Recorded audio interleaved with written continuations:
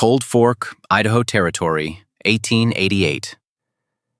They were married on Monday the 15th of October by a justice of the peace in the county clerk's office at Cold Fork, and the whole business took 4 minutes, and Ned dropped the ring. He was 5. He had been given the ring to hold because Hattie, who was 10 and had opinions, said a boy of 5 could not be trusted to hold anything. And Elias Branch had said, mildly, that a boy learns to be trusted by being trusted. So Ned held the ring, and at the moment the justice asked for it, Ned opened his hand too fast and the ring went down and rolled a good 6 feet across the plank floor and stopped against the leg of the stove. Nobody moved for a second. Then, Margit Ostlund, who was being married that morning, got down on her knees in her good gray dress and went after it, and came up with the ring in her fist and her hair coming loose and said, "There, no harm." Ned's face, which had been going red and crumpling at the edges, came back together. "No harm," Elias agreed. The justice, who had seen a great many weddings and had opinions of his own that he kept behind his teeth, went on with it. Elias Branch, stockman, 35. Margit Ostlund, cook, 27. Neither of them wore anything they had bought for the occasion. It was over before the stove had finished ticking. Outside on the steps, in the cold, bright October light, Hattie Branch looked up at the two of them and said, "Is that all of it?" "That's all of it," Elias said. "It doesn't seem like enough," said Hattie. Margit, settling her hat, said, "It's exactly enough. Enough is when a thing is done." And she went down the steps to the wagon. Hattie watched her go and thought about the woman's trunk sitting by the tailgate that morning, strapped shut, the way a trunk sits when somebody means to be able to pick it up in a hurry. The agreement had been made 3 weeks earlier, in the hay meadow, in about 6 sentences. Elias Branch's sister Kirsten had died in March of a fever that went through the valley and took 4 people in 10 days, and she had left 2 children and no husband, because the husband had walked out of that house 2 years before she died and had not been heard from since. Elias had gone up to the place the same week, packed what would fit in a wagon, and brought Hattie and Ned down to his own house at the edge of Cold Fork, and that had been that as far as he was concerned. It was not, as it turned out, that as far as the county was concerned. Guardianship of a minor child in Idaho Territory went before the probate judge, and the probate judge at the county seat was a careful old man named Meacham, who had not refused Elias anything. He had simply not granted it either.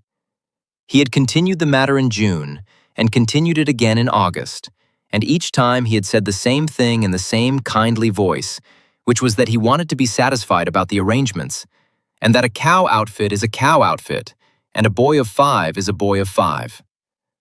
Judge Meacham was not being unreasonable. That was the part Elias could not get around.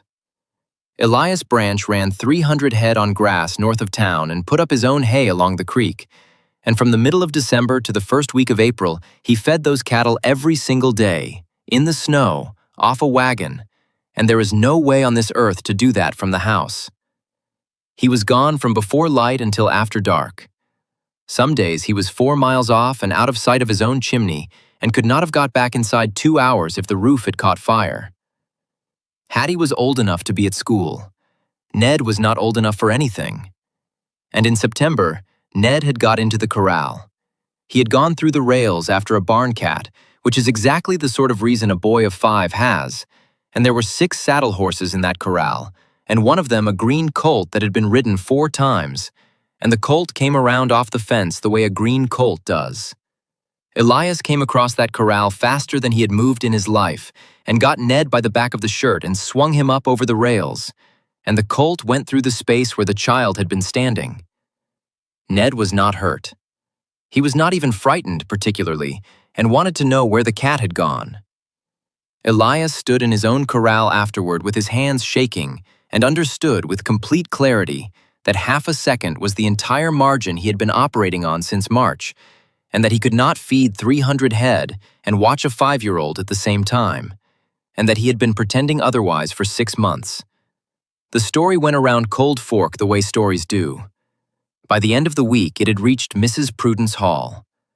Margit Ostlund had cooked for threshing crews for 9 years. And before that, she had kept house for the Ostergaards for 5.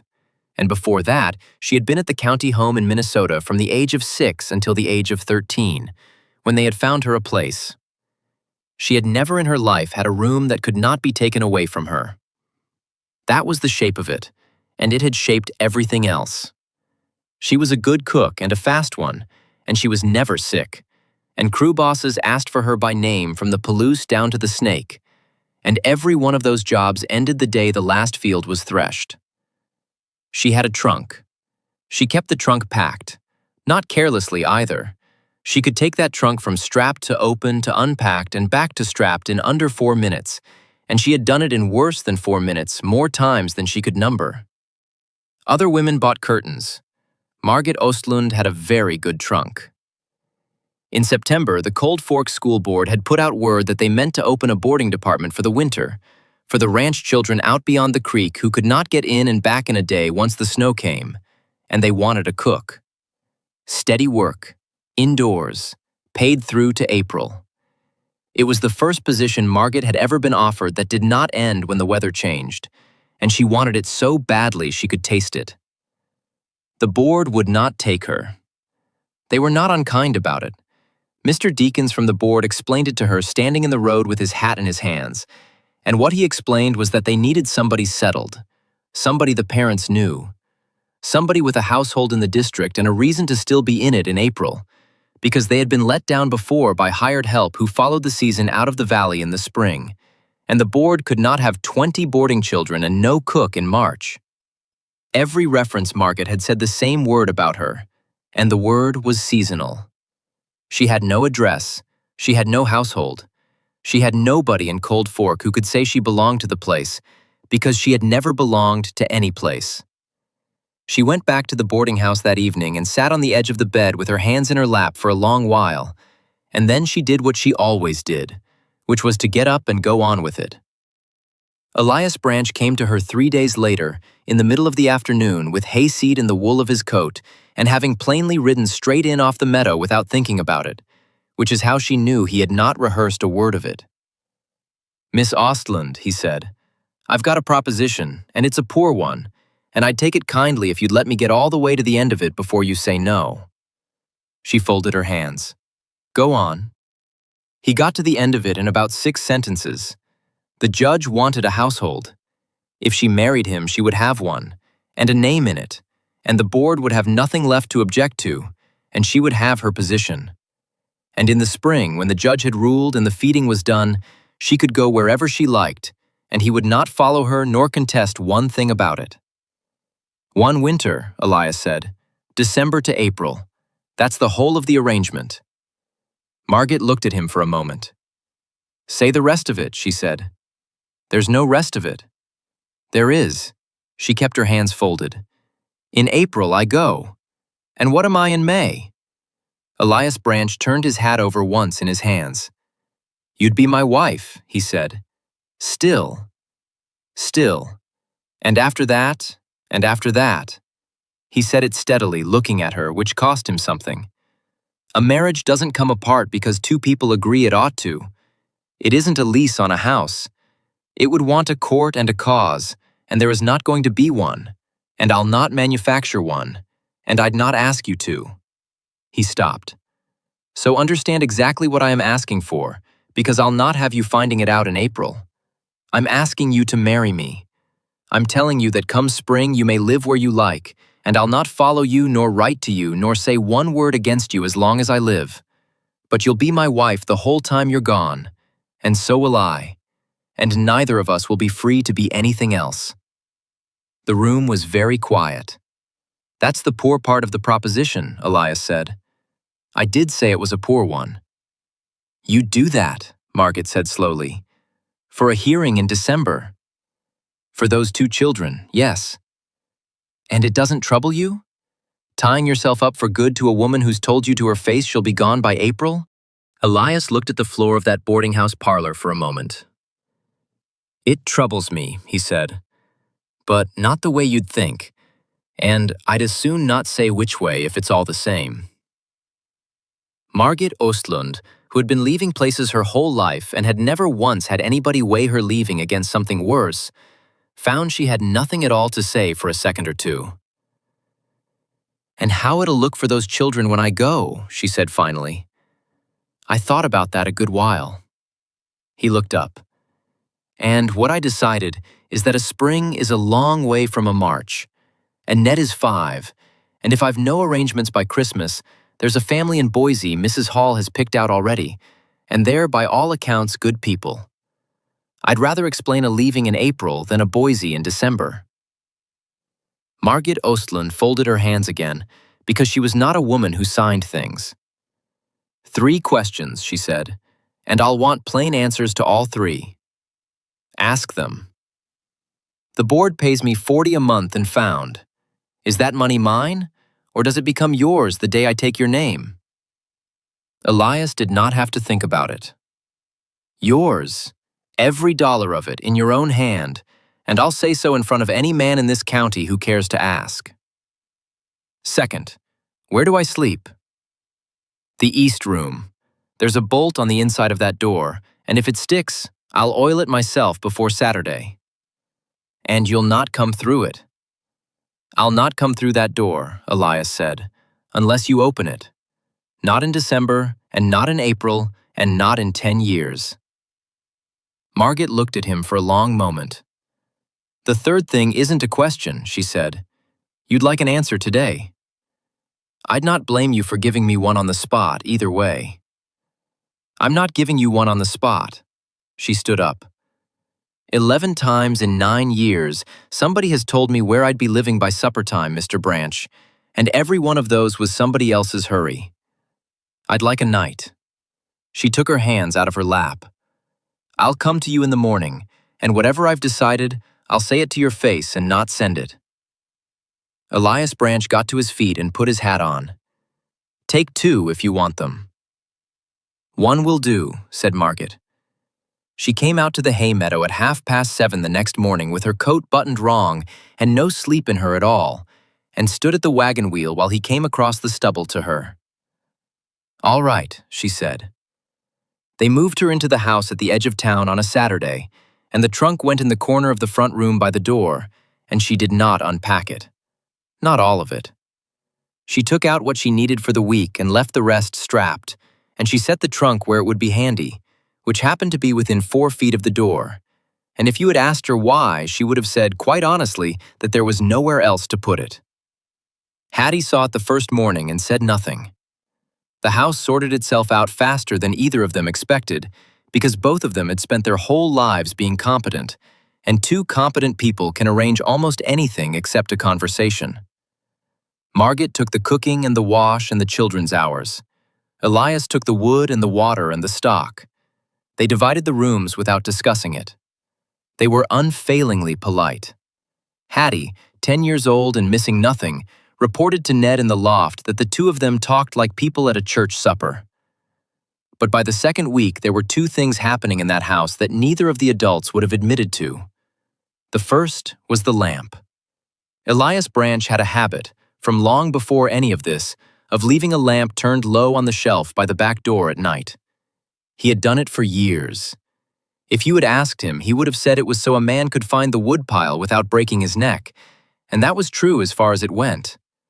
It did not explain why he trimmed the wick so carefully, or why he left it burning past midnight in a house where everyone was in bed by 9, or why he had gone on doing it for 6 years in a house where nobody at all was coming home late. The second was the plate. Margit kept his supper back. He came in between 7 and 8 most nights, smelling of hay and horse and wet wool, and there would be a plate on the warming shelf with a cloth over it, and she never said anything about it, and neither did he. She had done it the first night because she is a cook, and that is what a cook does.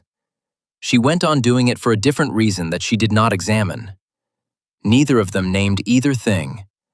Both of them would have been mortified to have it pointed out.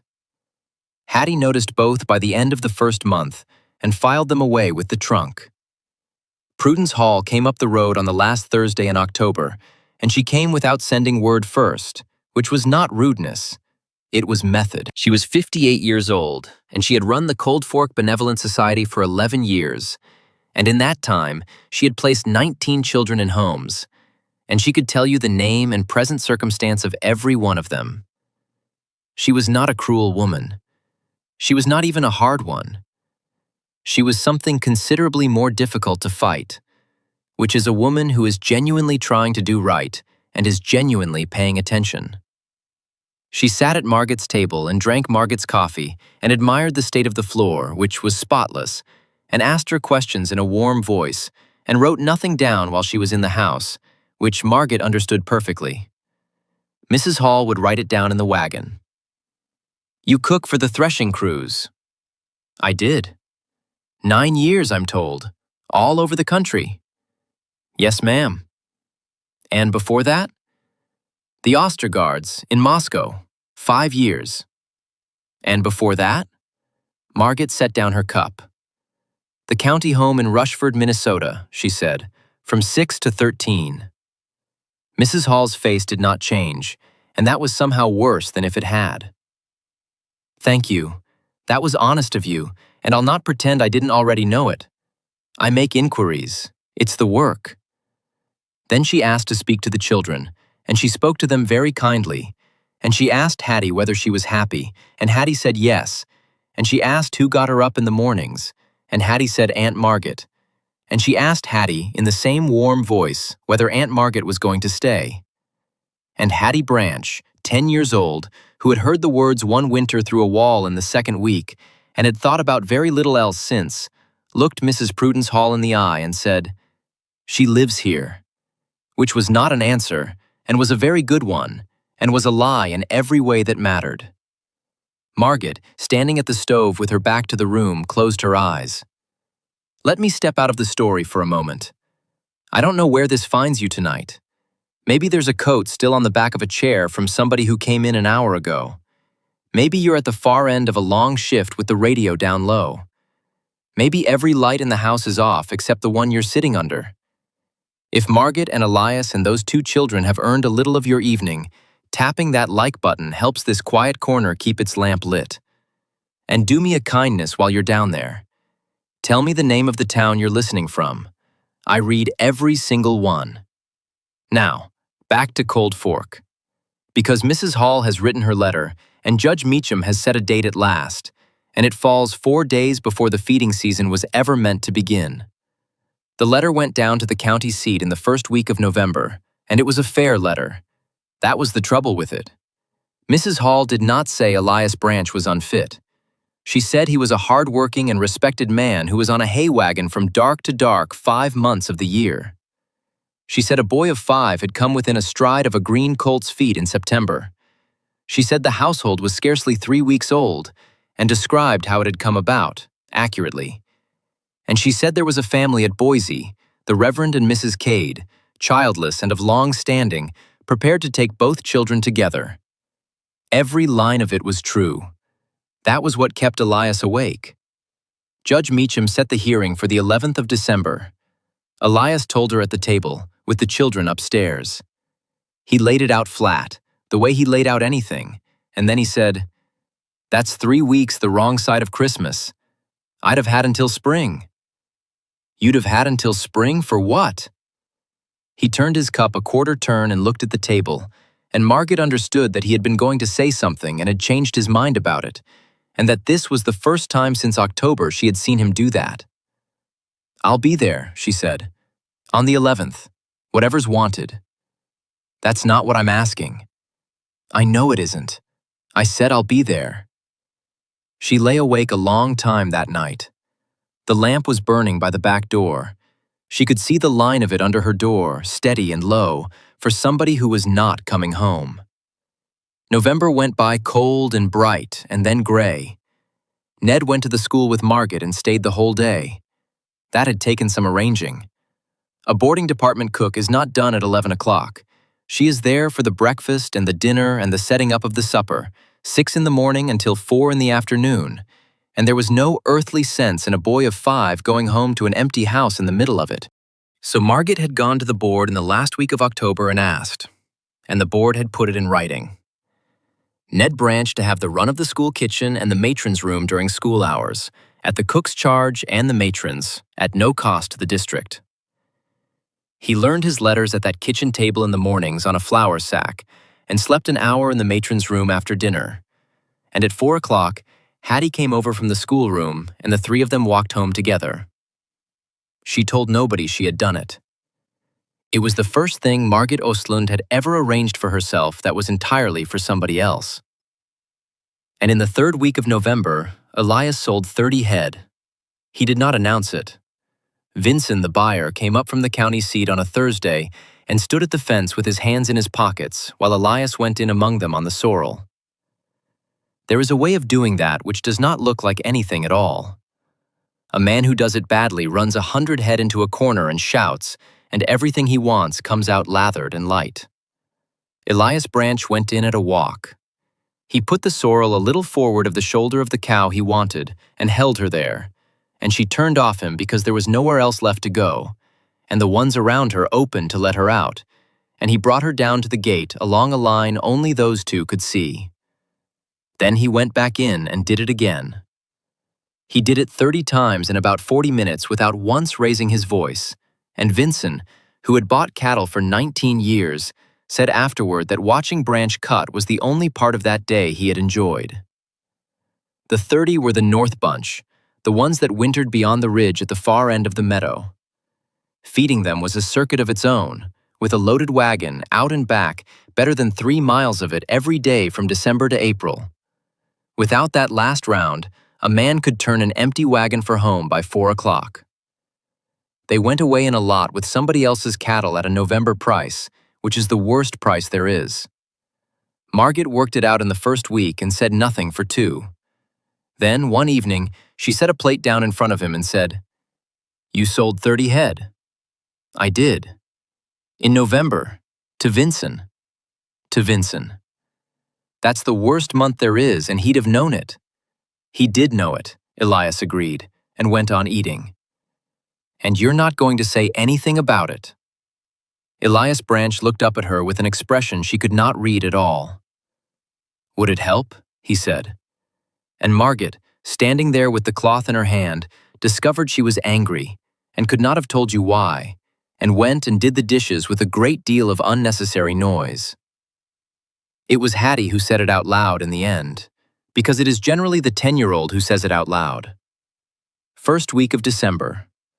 Margit was setting the table and Hattie was drying, and Hattie said without any run-up at all, "Your trunk's still by the door." Margit's hands did not stop. "It is. It's been by the door since October. There's nowhere else for it." "There's the whole loft," said Hattie. Margit set down a fork.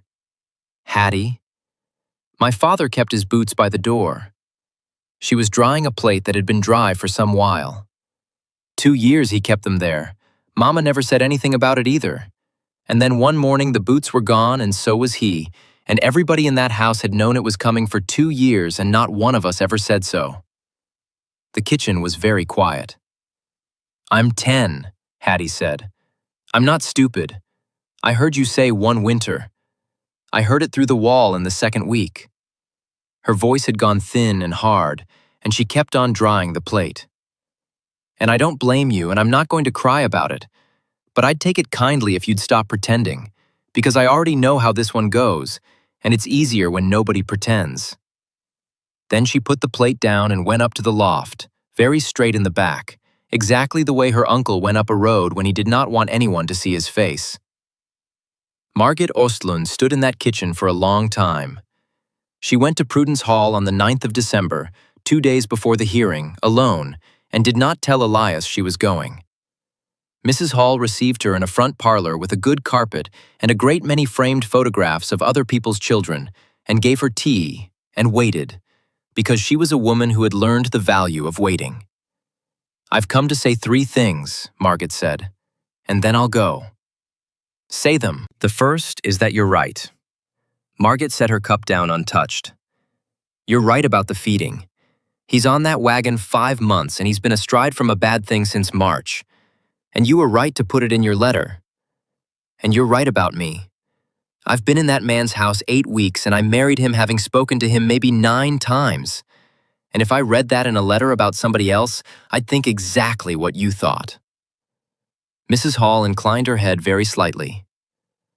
"The second thing." Margit took 2 folded sheets out of her coat and laid them on the table, and they were not a letter. They were lists, in a plain, careful hand, and one of them was a week. "Hattie's at school 8 to 4. Ned is with me at the school the whole of that day, every day, in the kitchen in the morning and in the matron's room after dinner, and the board has agreed it in writing, and Mr. Deacon signed it, and there is the paper. At 4, the 3 of us walk home. Mrs. Sandoz at the corner has the 2 of them Thursdays when school lets out early, and she will say so to the judge herself." She turned the second sheet around. "That's the hay in the stack, and that's the wood laid in, and that's what's in the cellar. There's enough there for 2 adults and 2 children to the first week of April without buying anything but milk. And the reason he's home at 4, Mrs. Hall, is that he sold 30 head to Vincent last month at a November price. You may ask Vincent what he paid. You may work out for yourself what it cost." Mrs. Hall looked at the sheets for a long moment. "You've done arithmetic," she said. "Ma'am, arithmetic is the only thing I've ever had." "And the third thing?" Margit did not answer at once. When she did, her voice was perfectly level, which was how it got. "I was in the county home at Rushford from 6 until 13. It was not a cruel place, and I want to be fair about it. They fed us and taught us to read, and nobody beat me. And every single night of those 7 years, I slept in a room that could be given to somebody else in the morning." She looked at the photographs on the wall, all those other people's children. "You've never been a child in a house you could be moved out of, Mrs. Hall. I have. So I know one thing about it that you don't." "And what is that?"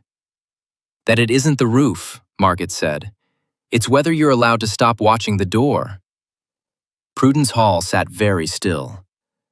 "That girl has been watching the door since her father walked out of it. She watched my trunk for 8 weeks and never said a word, and when she finally did, she told me she wasn't going to cry about it, which is a thing a child ought never to have learned how to say." Margit's jaw tightened once and let go. "Send them to Boise and the Cades will be kind and they'll have a good roof, and that girl will spend 8 years watching the door of it, and nobody in that house will ever know she's doing it. She learned it from me." The clock in the hall went on with what it was doing. "I'm not asking you as his wife," Margit said. "That marriage was an arrangement and we both went into it with our eyes open, and you'd have found that out anyway, so you may have it from me. I'm asking you as the person who gets Ned up in the mornings." She stood. "I'd like the chance to stay. Not because a judge wants a woman in the house, because I've decided to, and I'd like somebody to let me." She put on her hat. At the door, Prudence Hall said, "Mrs. Branch." Margit turned. "Nobody has ever brought me arithmetic before," the old woman said. "They bring me feelings. Every one of them brings me feelings." She was looking at the 2 folded sheets, and she had not touched them. "I will write to Judge Meacham this evening and tell him what I have seen. I'll not tell you what it will say." "I didn't ask you to." "No," said Mrs. Hall. "You didn't." Elias was still up when she got home, sitting at the kitchen table with the tally book open and not a mark in it. "You went to Hall's." "I did." "Alone." "I did." He closed the book. "You might have said." "I might have," Margit agreed, taking off her hat. "I didn't want you there." She saw that land on him, and she saw him take it the way he took everything, which was without a word, and she was suddenly and completely out of patience with the 2 of them and their politeness. "Not because of you," she said, "because every time anybody in this valley looks at me, they see the arrangement. I wanted her to have to look at me on my own for once." Elias Branch sat back in his chair, and then he said the thing he had never said to anybody, which came out badly and too fast and in the wrong order, the way a thing does when it has been down a well for 35 years. "I want to tell you something, and I'll only manage it just once." He had his hands flat on the table. "I'm not afraid of losing those children. I am, But that's not the one that keeps me up. When Orrin Pace married Alice Pruitt, I drove the wagon that carried them to the church. Sat up on that box in my good coat with the lines in my hands and did a proper job of it. And there hasn't been a month gone by in 9 years that I haven't thought about that drive. He looked at the table. That's the whole of my life, near enough. Everybody in this valley trusts me. Nobody has ever wanted me first. Kirsten left me those children because there wasn't another soul to leave them to. The board would take you and not me. The judge wants a household. His jaw worked. Every single thing in this house is somebody needing something. Elias. And you'll go in April, which is fair. It was the arrangement, and I made it, and I'd make it again. He was not looking at her. But I'd be obliged if you'd not be kind about it when you go, because I've had a great deal of kindness, and I've had about enough. Margit stood in the middle of the kitchen with her hat still in her hand. Elias. I'm done. That's the whole of it. Elias. She set the hat down. The arrangement was one winter. It was. April's a long way off yet, Margit said. It's the 9th of December. I've got that cellar stocked past it. Elias Branch looked up at her. I know what's in that cellar, he said. I carried it down. Judge Meacham heard the matter on the 11th of December and granted the guardianship the same morning, and did not say what had decided him, and old men on the bench generally do not. Mrs. Prudence Hall was in the room. She wished them a good Christmas on the courthouse steps and went home, and in January she sent a jar of preserves with no note, and in February she sent another, and in March she called on a Sunday and stayed 2 hours and told Hattie an extremely long story about a horse. Winter went the way winters go at Cold Fork. In the second week of January, a heifer calved early and badly down in the willows, and she lived, and the calf lived, and she would not have a thing to do with him, which happens with a first calf, and which nothing on earth will talk her out of. Elias brought him up across the saddle and carried him in from the barn at 9 at night, wrapped in his own coat. And there was a dogie in that kitchen for 11 days, a packing crate on its side with the boards knocked out of one end, bedded with sacks and straw, hard against the warm wall of the stove, and a bottle every 4 hours by whoever was nearest. Ned named it Roger. Hattie objected on the grounds that Roger was a person's name, and that they would eventually have to sell Roger. And Ned said that was exactly why it needed a good name.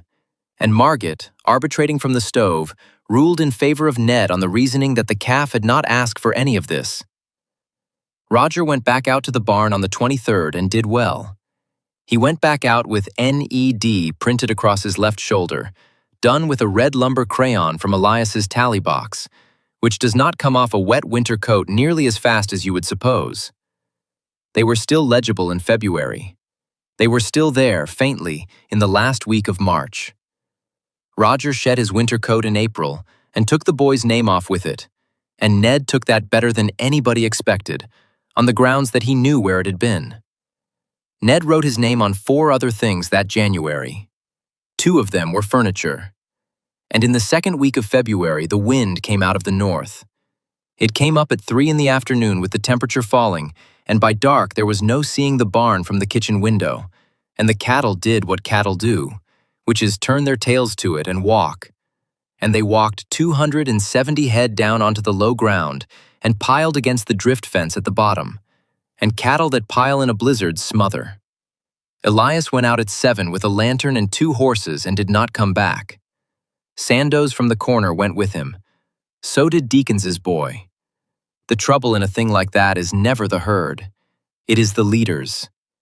Cattle drifting before a storm walk into whatever is in front of them, and what was in front of them was wire, and behind those first few, 260 more kept coming, and the ones against the fence go down, and the ones behind walk over the top of them. So Deakins' boy took the outside of the fence at the low corner, on foot and on the safe side of the wire, slapping a slicker along the top strand to keep them from swinging back into it. Sandoz took the tail. And Elias put the sorrel up the outside of that herd into the wind, along the fence line, in the dark, until he had got past the leaders. And then he turned and came back down at them. A man cannot shout in a wind like that, and there is no use trying. He got in front of the first four and laid the horse across them, and held there and pushed until they gave him one step, and then another. And when those four came off the wire, the whole 270 came off behind them the way a knot comes loose all at once. After that, it was only a matter of walking them half a mile up the fence to where the creek breaks through, and putting them into the willows, and holding them in the lee of the cut bank until it blew itself out. It took until first light. Every man who has ever done it will tell you the last 2 hours are the ones you remember. Margit put the children to bed at 9 and told them it was nothing. Then she came back down and trimmed the wick on the lamp by the back door and turned it up, all the way up, for the first time in the history of that lamp, and set it on the sill where the window was, and sat down beside it in the kitchen chair with her coat still on. She sat there all night. Somewhere around 2, she got up and put the big pot on, and made enough for 4 men, and put it back to the cool side of the stove. Somewhere around 4, she went to the window again. She did not pray particularly. She was not a praying woman, and she did not become one that night. What she did was work out, sitting in that chair in the dark with a lamp in the window, that she had spent 9 years arranging her whole life so that no night would ever be like this one, and that she would not have traded that chair for any bed she had ever slept in. Elias came up the path at 6:20 in the morning, walking, leading both horses, with ice in his beard and his coat frozen stiff to the shape of him. He got the door open and stopped inside it. The lamp was in the window with the wick turned all the way up. His wife was sitting beside it in her coat. "You're up," he said. "I am." "You needn't have." "I'm aware," said Margit. "Sit down before you fall down." She got the coat off him, which took a while because it did not want to bend, and she put a plate in front of him and the coffee after it, and he ate it all without a word, and lost the ones they lost, which was 9 head, and kept the rest. Neither of them mentioned the lamp. But when he had gone up, Margit turned the wick back down to where it lived, and stood there a moment with her hand on the shelf, and understood something she had not understood at 9 o'clock the night before, which was what that lamp had been for. 6 years of a light left burning in a house where nobody came home late. Not for a stranger on the road, for whoever might someday be coming. It was the last week of March when Hattie came down the loft ladder in the morning and stopped on the bottom rung. The trunk was open. It was standing open in the middle of the front room with its lid back and its straps hanging loose, and it was empty, and every single thing that had been in it for 8 years was in the chest of drawers against the wall, where Margit had put it at some point in the night by herself without telling anybody. Hattie Branch stood on the bottom rung of that ladder for a good while. Then she went and got her uncle out of the barn, which she was not supposed to do before breakfast, and would not tell him why, and Elias came up the path pulling on his coat and stopped in his own doorway and looked at an open, empty trunk for a long moment. He looked at Margit. She was at the stove with her back to the room, exactly as she had been the day Prudence Hall came, and her ears had gone red. "The feeding finished Tuesday," Elias said. "I know when it finished.